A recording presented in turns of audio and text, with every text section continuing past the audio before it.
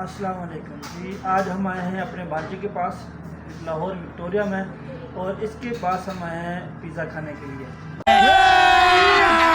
अभी मजा आएगा ना भिड़ो। हाँ जी, hello guys, how are you?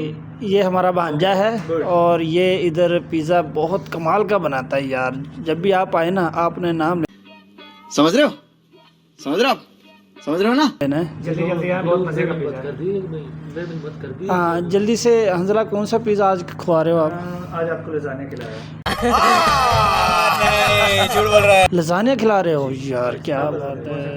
हाँ हाँ, माशाल्लाह ज़बरदस्त हो गया। कौन सा पिज़्ज़ा? रबी साहब, ठीक है लजानिया?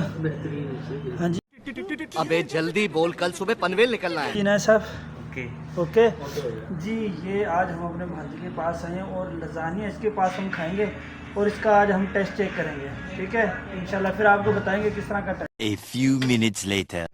जी फाइनली भांजे का हाथ का पिज़्ज़ा आ गया है। ये सॉस है और ये नेस्ट कोला है। ए रहा नहीं जाता, तड़प ही ऐसी है ना। नहीं, सुके। ये हमारा भांजा है। गुड यार, नाइस।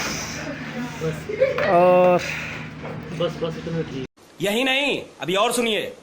जी फाइनली हमने पिज़्ज़ा खा लिया है और हम अब थोड़ा सा बाहर की तरफ आए हैं। अभी मजा आएगा ना भिड़ो। वो है ना दूसरा सलाद ही मेन तो